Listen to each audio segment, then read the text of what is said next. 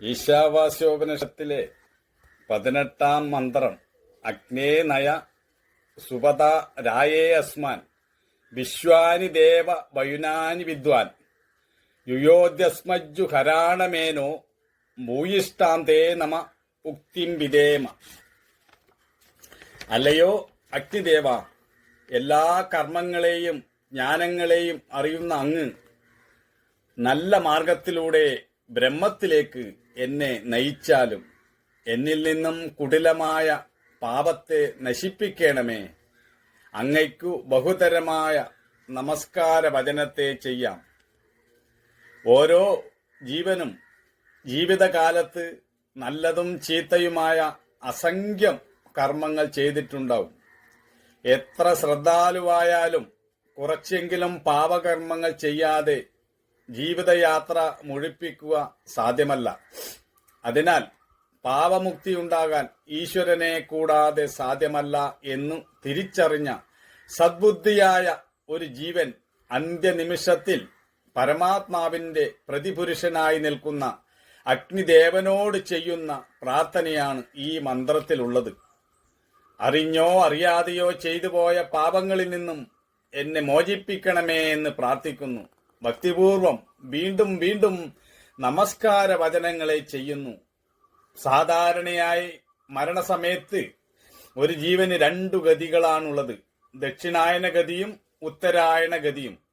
ഇതിൽ ദക്ഷിണായന മാർഗത്തിൽ ജീവൻ ചെയ്ത സത്കർമ്മങ്ങളുടെ പുണ്യം ഉയർന്ന ലോകങ്ങളിൽ വെച്ച് അനുഭവിച്ചതിനു ശേഷം വീണ്ടും ഭൂമിയിൽ തന്നെ തിരിച്ചു വരുന്നു. ബാക്കി വരുന്ന കർമ്മങ്ങൾ അനുസരിച്ച് വീണ്ടും ജനന മരണ ചക്രത്തിൽ തുടരുകയും ചെയ്യുന്നു. എന്നാൽ ഉത്തരായന മാർഗത്തിൽ അഥവാ ദേവയാനം സ്വീകരിക്കുന്നവൻ ഉയർന്ന ലോകങ്ങളിൽ പ്രാപിച്ചതിന് ശേഷം ജ്ഞാനപ്രാപ്തിയും മുക്തിയും കൈവരിക്കുന്നു. ജീവിതകാലത്ത് ശാസ്ത്രങ്ങൾ ഗ്രഹിക്കുകയും സത്കർമ്മങ്ങൾ തന്നെ അനുഷ്ഠിക്കുകയും ചെയ്ത ഒരു ജീവൻ ഈശ്വരനോട് ചെയ്യുന്ന പ്രാർത്ഥനയാണ് തനിക്ക് പാപമോചനവും സദ്ഗതിയും ഉണ്ടാകണേ, അതിന് അവിടുത്തെ അനുഗ്രഹം ഉണ്ടാകണമേ എന്ന് വിനയപൂർവം പ്രാർത്ഥിക്കുകയാണിവിടെ. ഒരു വ്യക്തി ജീവിച്ചിരിക്കുന്ന കാലത്ത് ഏതു രീതിയിലുള്ള ജീവിതമാണ് നയിച്ചിരിക്കുന്നത് അതിനനുസരിച്ചായിരിക്കും അയാളുടെ അവസാന നിമിഷത്തിലുള്ള ചിന്തകൾ. ധാർമ്മികമായി ശാസ്ത്രപ്രകാരം ജീവിച്ചതുകൊണ്ടാണ് ഈ ഈശ്വരസ്മരണ ചെയ്യാനും പ്രാർത്ഥിക്കുവാനും ജീവന് കഴിഞ്ഞത്. മറിച്ച് ദുഷ്കർമ്മങ്ങൾ കൂടുതലായി ചെയ്യുകയും ദുർവാസനകൾ പ്രബലമായിരിക്കുകയും ചെയ്യുന്ന ഒരു ജീവന് അവസാന നിമിഷത്ത് ഈശ്വരസ്മരണ ചെയ്യാൻ കഴിയാതെ അതോ ലോകങ്ങളെയും താഴ്ന്ന യോനികളെയും പ്രാപിക്കുകയാണ് ചെയ്യുന്നത്. ജീവിച്ചിരിക്കുമ്പോൾ തന്നെ ബ്രഹ്മജ്ഞാനം നേടുകയും ജീവൻ മുക്തനാകുകയും ചെയ്തിട്ടുള്ള ഒരാളുടെ അനുഭവങ്ങൾ അവയിൽ നിന്നും വ്യത്യസ്തമാണ്.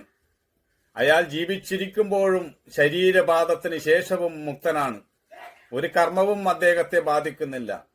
ബ്രഹ്മവുമായി ഒന്നായി തീർന്നു കഴിഞ്ഞ അയാൾക്ക് ഉദ്ഗതിയോ ഇല്ല. അയാൾ ശരീരത്തിനോടുള്ള ചെറിയ ബന്ധം പോലും വെടിഞ്ഞവനാണ്. അവർ എല്ലാ പരിമിതികളെയും അതിക്രമിച്ചവനാണ്.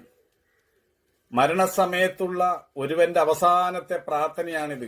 അല്ലയോ അഗ്നിദേവ, അങ്ങ് അതിവേഗം എന്നെ ശോഭനമായ ഉത്തരായണ മാർഗത്തിൽ കൂടി അവിടുത്തെ പരമധാമത്തിൽ എത്തിച്ചാലും ജീവിതകാലം മുഴുവൻ സത്കർമ്മങ്ങൾ അനുഷ്ഠിക്കുകയും എന്നാൽ ജീവൻ മുക്തി നേടാൻ സാധിക്കാതിരിക്കുകയും ചെയ്ത ഒരാൾ ഇനി ജനന മരണ ചക്രത്തിൽ അകപ്പെടാതെ രക്ഷിക്കണം എന്ന് പ്രാർത്ഥിക്കുകയാണ്. ഒരാളെ ജനനമരണ ചക്രത്തിലാത്തുന്നത് കർമ്മവാസനകളാണ്. തീയിൽ പുകയുന്ന പോലെ ഏതൊരു കർമ്മം ചെയ്യുമ്പോഴും എത്ര ധാർമ്മികമായി ജീവിച്ചാലും അല്പം പാവക്കറകൾ പുരളാതിരിക്കില്ല. അതിന് ഉള്ള പ്രാശ്ചിത്തമാണ് ഈ മന്ത്രത്തിലൂടെ ചെയ്യുന്നത്. സ്ഥൂല ശരീരം ഒരു വാഹനം മാത്രമാണ്. എല്ലാം അനുഭവിക്കുന്നത് സൂക്ഷ്മ ശരീരമാണ്. ഒരാളുടെ സൂക്ഷ്മ ശരീരം ജ്ഞാനം കൊണ്ടും കർമ്മം കൊണ്ടും എത്ര കണ്ട് പ്രകാശപൂരിതമായി തീരുന്നുവോ അത്ര കണ്ട് ആ ജീവൻ ശാന്തിയിലേക്കും ആനന്ദത്തിലേക്കും ഉയരുന്നു. ഒരു മൺകുടം ഉടയുമ്പോൾ അതിനുള്ളിൽ ആകാശം അനന്തമായ ആകാശത്തിൽ വിലയം പ്രാപിക്കുന്നു. ശുക്ല യജുർവേദത്തിലെ സംഹിതാഭാഗത്ത് വരുന്നതാണ് ഈശാവാസ്യോപനിഷത്ത്. ഇതിൽ 18 മന്ത്രങ്ങളേ ഉള്ളൂ. ഇത് കർമ്മകാണ്ഡ ഭാഗത്തിലുള്ള വരുന്നതാണ്. എന്നാൽ ഇതിൽ പറഞ്ഞിരിക്കുന്ന തത്വങ്ങൾ ഉപനിഷത്തിൽ വരുന്ന ഏറ്റവും ശ്രേഷ്ഠമായ ജ്ഞാനോപനിഷത്തെ ഉൾപ്പെടുത്തി പറയുന്നതാകിയാൽ ഇതിനെ കർമ്മകാണ്ഡത്തിൽ നിന്നും വേർപെടുത്തി ജ്ഞാനത്തിന് ചേരുന്ന ഒരു ഉപനിഷത്തായി അംഗീകരിക്കുന്നു. അറിവുകൊണ്ട് നാം പ്രബുദ്ധരായി തീരേണ്ടതാണ്. ഓരോരുത്തരും അവരവരുടെ ഭീഷണഗതിക്കനുസരിച്ച് അയാളുടെ ദുഃഖവും കുറഞ്ഞു വരും. ഒരാളുടെ വളർച്ചയും തളർച്ചയും അയാളെ തന്നെയാണ് ആശ്രയിച്ചിരിക്കുന്നത്. തന്നെ ആഴത്തിൽ പഠിക്കുവാനും തന്റെ പോരായ്മകൾ മനസ്സിലാക്കി അവയെ പരിഹരിക്കുവാനും കഴിയണം. ചിന്തിക്കുവാനും പരിവർത്തനപ്പെടുവാനുള്ള സാധ്യതയുള്ള ഏക സ്വതന്ത്ര ജീവി മനുഷ്യനാണ്. മനുഷ്യന് ഈശ്വരനായി തീരാം. ആത്മാവിനെ ഉദ്ധരിക്കുവാനും അധപ്പതിപ്പിക്കുവാനുമുള്ള സാധ്യത ഈശാവാസ്യം നമുക്ക് കാണിച്ചു തരുന്നു. ആത്മാവ് പരമസത്യമാണ്, സ്വയം പ്രകാശിക്കുന്നതാണ്. ആത്മാവിനെ ഒന്നും തന്നെ ബാധിക്കുന്നില്ല. കാർമേഘത്തിന് സൂര്യനെ മറയ്ക്കാൻ കഴിയുന്നതുപോലെ അജ്ഞാനത്തിന്റെ ആധിക്യമുണ്ടാകുമ്പോൾ സ്വസ്വരൂപമായ ആത്മാവിന്റെ പ്രകാശം അനുഭവപ്പെടുന്നില്ല. ഒരുവൻ ചെയ്യുന്ന നന്മ അവനെ ആധ്യാത്മിക പുരോഗതിയിലേക്കും തിന്മ ആധ്യാത്മിക അധപ്പതനത്തിലേക്കും നയിക്കുന്നു.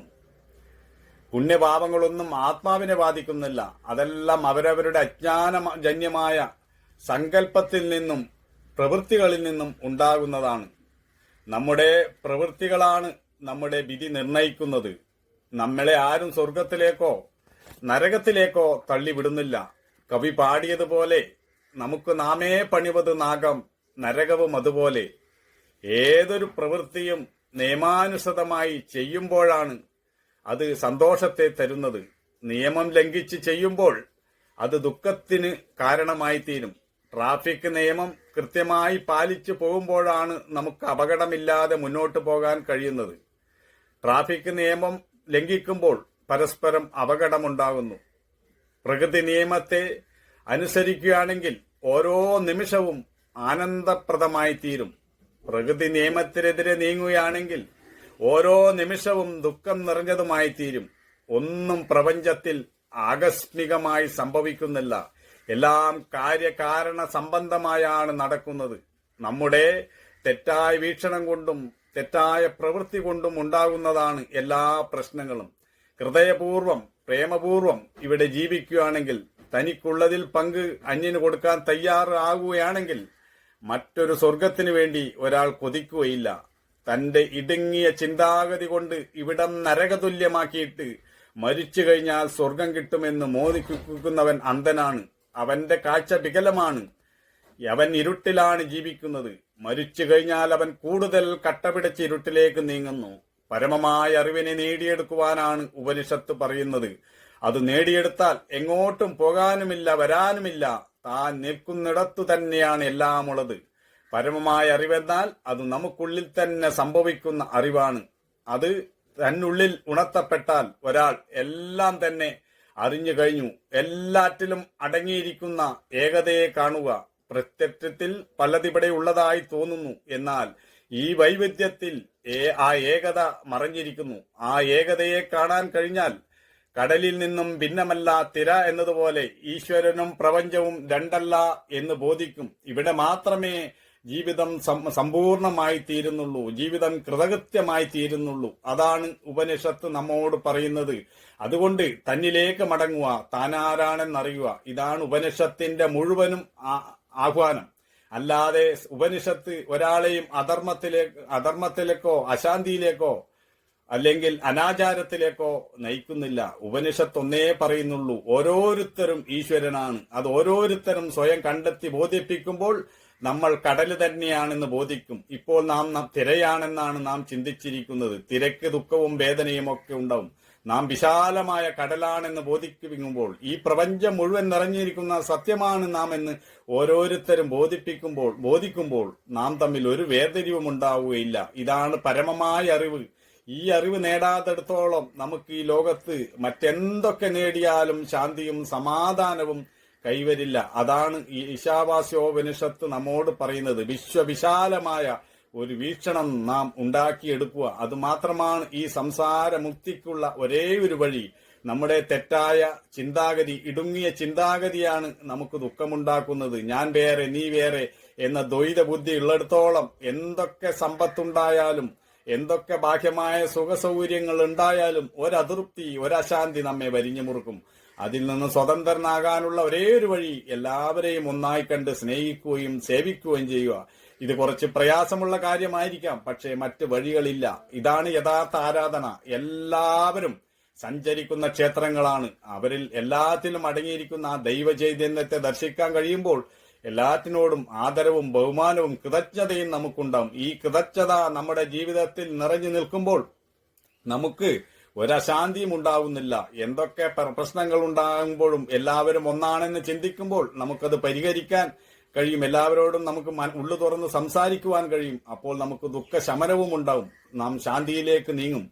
ശാന്തിയാണ് നമ്മുടെ പരമമായ സ്വരൂപം. അതിനെ മറച്ചിരിക്കുന്നത് അജ്ഞാനജന്യമായ നമ്മുടെ ദ്വൈത ബുദ്ധിയാണ്. ഈ ദ്വൈത ബുദ്ധി മാറ്റുകയേ വേണ്ടൂ. അപ്പോൾ നാം എല്ലാം ഒന്നാണെന്ന് നമുക്ക് ബോധിക്കും.